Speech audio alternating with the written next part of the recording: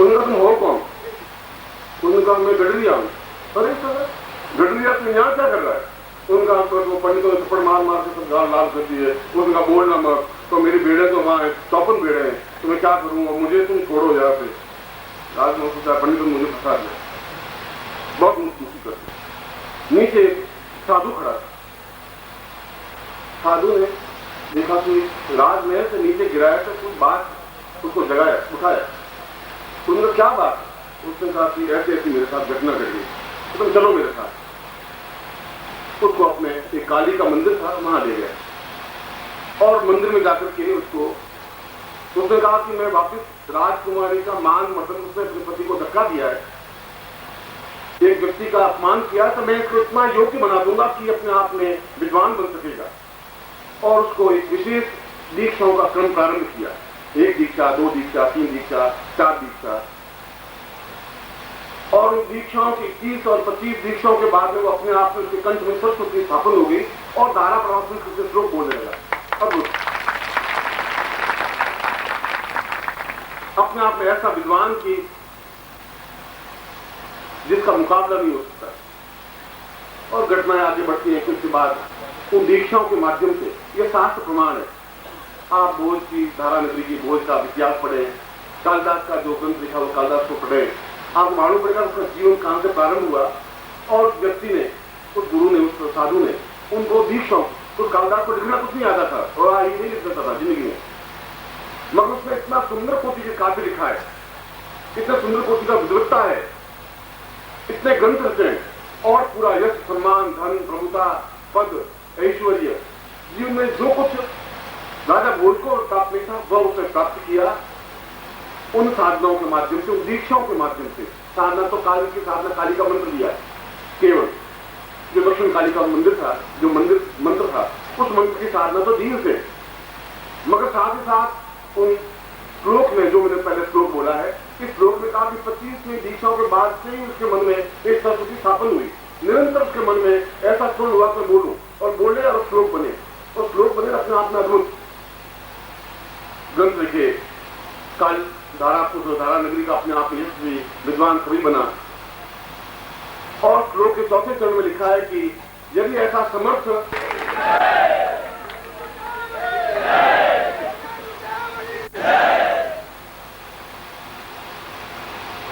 आप, तो मैंने कहा कि पंडित अलग है, पुरोहित अलग है, गुरु अलग है, सदगुरु अलग है, अपना अपना चिंतन है, अपना अपना विचार है, अपनी अपनी विद्वत्ता है, अपना अपना शिष्यत्व है। आप जितना समर्पित हो सकेंगे उतना ही आपको प्राप्त हो सकेगा। और मैं आप सभी कवि बन जाएंगे, मैं ऐसा नहीं कह रहा हूं, मगर आप अपने आप में अद्वितीय बन सकें। ऐसी सामान्य जिंदगी जो आपको पड़ोसी जी रहा है, आपके चाचा, ताऊ, काका जी रहे, ऐसा मत जिए। ऐसा बने, हट करके बने, ऐसा हो कि लोग एहसास कर सकें कि कोई व्यक्ति है, तो आपको भी गर्व होगा कि तुम कुछ हो, मुझे भी गर्व होगा कि मेरा एक शिष्य है और मैं अपने आप में गर्वान्वित हो सकूंगा।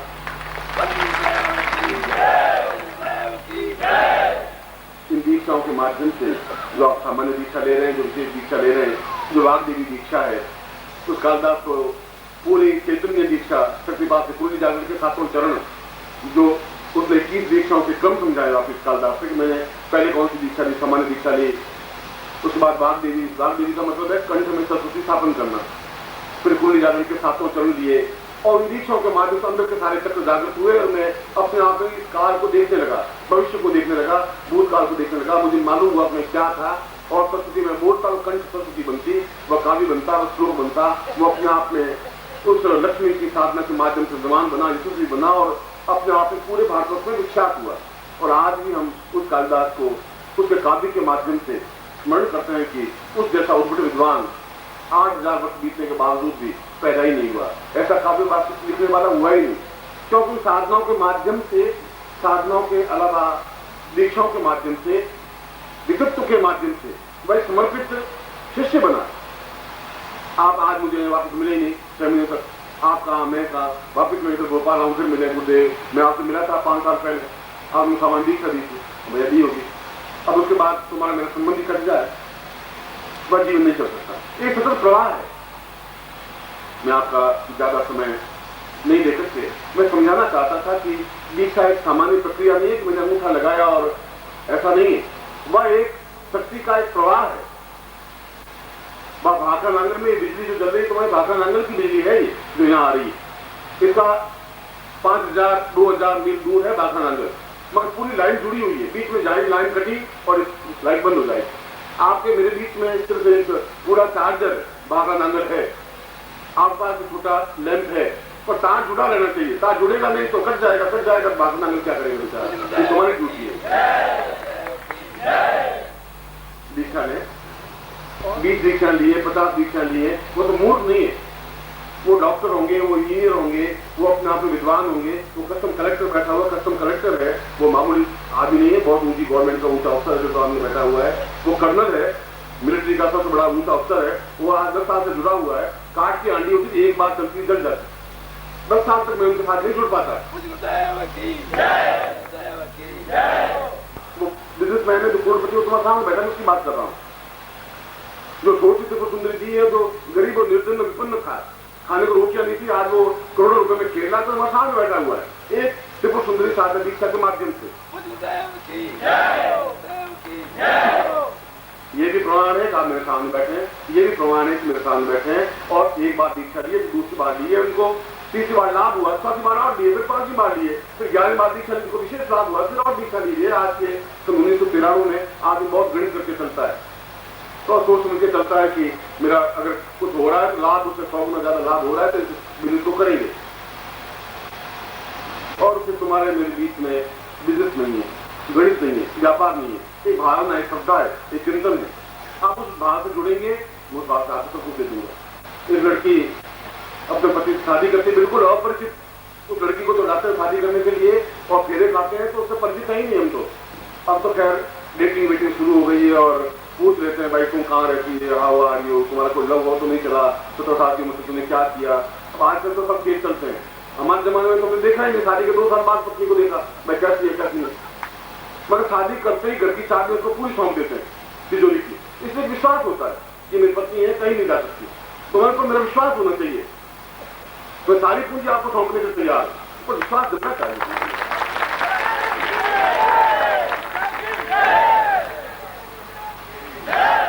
मैं आपको दीक्षा दे रहा हूँ, आप बिल्कुल सीधे बैठ जाए। अब जन्मा मात्र पितृ चरण कमले अभ्योन्मा, इष्ट देवता अभ्योन्मा, कुल देवता अभ्योन्मा, ग्राम देवता अभ्योन्मा, स्थान देवता अभ्योन्मा, वास्तु देवता अभ्योन्मा, वाणी विग्रहाभ्यान्मा, सुरेंद्राभ्यान्मा, सर्वेभ्यो देवेभ्योन्मा, सर्वेभ्यो ब्राह्मणेभ्यो नमो नमः। तत्रादु मां मरे मां गणपतिं आवाहयामि स्थापयामि नमः। तत्रादु एवं सा पुरुषा पदात्मानं श्रीराम जी संकल्पम कुर्यात, अपने आप में जब याद होना चाहिए। और अखिल कुटुंब भय व्याधि जरा पीड़ा मृत्यु परिहार आयु आरोग्य अमुक शर्मा हम तो नाम बोलिए, स्वाम धारयामी, बोली मम प्राण चक्षु रोम प्रतिरोम स्वाम चरणे समर्पयामि, स्वाम आज्ञा परिपालय, स्वाम चित्ते मम चित्ते, त्वं देह मम देह, त्वं प्राण मम प्राण, प्राण पुरुषान आज्ञा परिपालय मुखेत छोड़ दीजिए। हाथ जोड़ दीजिए, दोनों आंखों में भी खोलने की नहीं, दोनों आंखों में ऐसा और हाथ अपने सामने खड़ा करें। उत्तम बहुपुत्रम बहुधनम सायकम चारणं कासुयं तत्वा सर्वा वेदा यज्ञ क्रिया कर्ण कर्म रंभा सुभा शोभना प्रवर्तम चेतम संसलाद स्वास्तु देवता तम स्वाद राम देवता पितम स्वास्त देवता पितम अतास्त भूमिष्ठा अतास्त प्रभुज्ञ अतास्त विकतार शत्रु पराभवम यागारस्य ब्रैतो निदानं विमोचनं वाण्यो यथैमां न ब्रह्मराजन्याभ्यास सुद्राचार्या यतस्वा यतर्णा यत प्रियो देवानां दक्षिणायै धातुर्भूयां समय काम सागर द्वारा महालक्ष्मी का संपूर्णाम सुप्रभाव। निगम खुला हुआ है तो फिर पहन लीजिए, और नहीं खुला हुआ है तो बाद में आप इसको खोल करके पहन सकते हैं। तो उतारने की कोई जरूरत नहीं है, उलझाने की जरूरत नहीं है। ये नीचे रख दीजिए, हाथ जोड़ दीजिए, और जिन्हें खोल दिया वो पहन, और पुराना इनको हो तो उतार दीजिए, तोड़ करके या फिर से निकाल करके, जैसा दिखाओ। गुरु ब्रह्मा, हाथ जोड़ दीजिए, गुरु ब्रह्मा गुरु विष्णु गुरु देवो महेश्वर गुरु साक्षात पर ब्रह्मा तस्मै श्री गुरु चरण कमलेश नमः। ध्यान मूलम गुरु मूर्ति पूजा मूलम गुरु पदम मंत्र मूलम गुरु वाक्यम मोक्ष मूलम गुरु कृपा। मुख से बोलो, आप गुरुमुख से रहना चाहिए। मैं आपको मंत्र दे रहा हूं। बोलिए ओम परम तत्वाय नारायणाय गुरुभ्यो नमः। ओम परम तत्वाय नारायणाय गुरुभ्यो नमः। ओम सभी वरेण्यम भर्गो देवस्य धीमहि धियो यो नः प्रचोदयात्। सर्वसाम पुरुषाम तुभ्यम संपदे। दोनों हाथ ऐसा खोल दीजिए। मंत्रार्था सफला संतु पूर्णाम संतु मनोरथा शत्रुनाम बुजनाथो सोमित्राणाम यस्तवा। ऋग्वेदो यजुर्वेद सामवेदो श्रवणा ब्रह्मवाक्यसांख्यम अनंतीम तत्प्रदाम अशितां तस्यम गणन्ति इंद्रा चत्वारो वर्षे लक्ष्मी आयु बुद्धि यशो बलम श्रीवर्षमारोग्यम मां विधातुमानं मयिदे धान्यं पशुपुत्रलाभं तत्संवत्सरं दीर्घमायु मम शिष्टं सुखवान् सुखवान् लक्ष्मीवान् भव तां तुभ्यं संपदे। त्वमेव विद्याद्रविणं त्वमेव सर्वम्। अम्यां पूज्यां सांगाय सपरिवाराय सायुधाय सदिगाय महांति पुरुषां शांति दीक्षां दीक्षां तुभ्यं संपदे। आपके पास में गुरु मंत्र लिखा हुआ है और इस गुरु मंत्र की आपको नित्य 4 माला मंत्र जाप करना ही चाहिए। मैंने कहा नित्य चार्ज होना चाहिए। यदि आपका शरीर चार्ज नहीं होगा तो मेरा गुरु मंत्र वो बेकार हो जाएगा। जब आप खाना खाने में आधा घंटा लगा देते हैं तो 15 मिनट आपको गुरु मंत्र जाप करने में लगाना ही चाहिए। और दूसरा मंत्र है इसके नीचे, वह चेतना मंत्र है। अगर समय मिले तो उसकी 1 माला मंत्र जाप करना चाहिए। और तीसरा मंत्र गायत्री मंत्र है, इसका भी 1 माला मंत्र जाप करना चाहिए। और शास्त्र में लिखा है कि प्रत्येक माला से मंत्र जाप हो तो ज्यादा उचित रहता है। मैं फिर आपको इसलिए जोर दे रहा हूँ कि अपने आप में कई कार्यों में सफलतादायक होती है। पहनने के लिए भी मंत्र जाप करें, उसको पहले आधा घंटा घंटे भर के लिए। दूसरा कारण है वह मैं आपको दिवाली के अवसर पर विशेष उपहार मित्रों को भेजूंगा। आप इसको पूरी तरह से भर करके और काउंटर पर जमा करवा दें, जिससे कि मैं उस एड्रेस पर टेलीफोन नंबर हो तो टेलीफोन नंबर लिख दीजिए, आप व्यवसाय हो व्यवसाय लिखिए, जिससे कि मैं आपका कार्य संपन्न कर सकूं। अब मैं विशेष दीक्षाएं जिनकी है उनको दे रहा हूँ। शिष्याभिषेक दीक्षा की प्रार्थना के साथ डॉक्टर सुरेश कुछ मुद्दों के चलो प्रस्तुत हुए।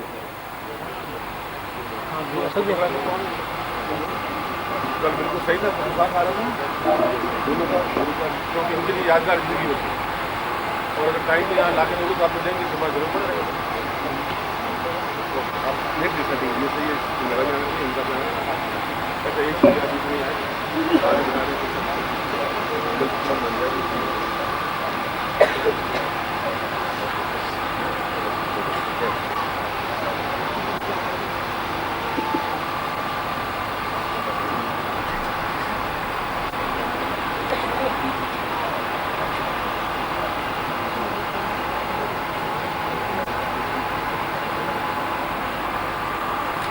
और इसके बाद मैं आपको सामने पेश कर रहा हूँ डॉक्टर कर्नल गणपति को। डॉक्टर गणपति कई दीक्षाएं प्राप्त कर चुके हैं और आज पुनः एक साथ 6 दीक्षाओं की प्रार्थना के साथ पूरी गुरुदेव के चरणों में उपस्थित हो रहे हैं।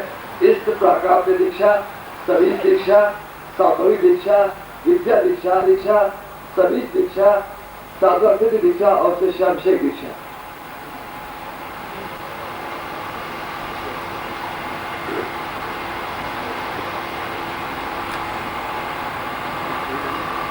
यह दृश्य भी आपको देखने का एक सौभाग्य है। हजारों वर्षों की कड़ी, हजारों वर्षों के अंतराल के बाद आप यह दृश्य देख रहे हैं। हमारी उस ऋषि परंपरा का एक जीता जागता चित्र आप देख रहे हैं कि किस प्रकार से गुरु अपने शिष्य पर अपनी ऊर्जा का शक्तिपात के द्वारा स्थानांतरण करता है, उसे स्थापित करता है और शिष्य को ऊर्जा प्रदान करता है। पर गुरुदेव की, गुरुदेव की। इसके बाद मैं पूज्य गुरुदेव के चरणों में प्रस्तुत कर रहा हूँ श्री लक्ष्मी नारायण जी साहू, जो कि उदय के रहने वाले हैं। देखिए, शरीर को ढीला छोड़े, शरीर को ढीला छोड़े। पर गुरुदेव की, गुरुदेव की, गुरुदेव की, गुरुदेव की, गुरुदेव की, गुरुदेव की, गुरुदेव की, गुरुदेव की, गुरुदेव की, गुरुदेव की, गुरुदेव की, गुरुदेव की, गुरुदेव की, गुरुदेव की, गुरुदेव की। आप देख रहे हैं किस प्रकार से और पूर्णता के साथ शक्तिपात किया जा रहा है और उन्हें यह दिव्य क्षण है पूर्णता प्राप्त करने का। आप अपने आंखों से इस दृश्य को हृदय को उतार दें। आप दुनिया में कुछ भी प्राप्त कर सकते हैं, यह दृश्य आपको नहीं मिलेगा। अब ज्ञान दीक्षा के प्रार्थना के साथ लक्ष्मी नारायण साहू ज्ञान दीक्षा की प्रार्थना के साथ यह नवयुवक इस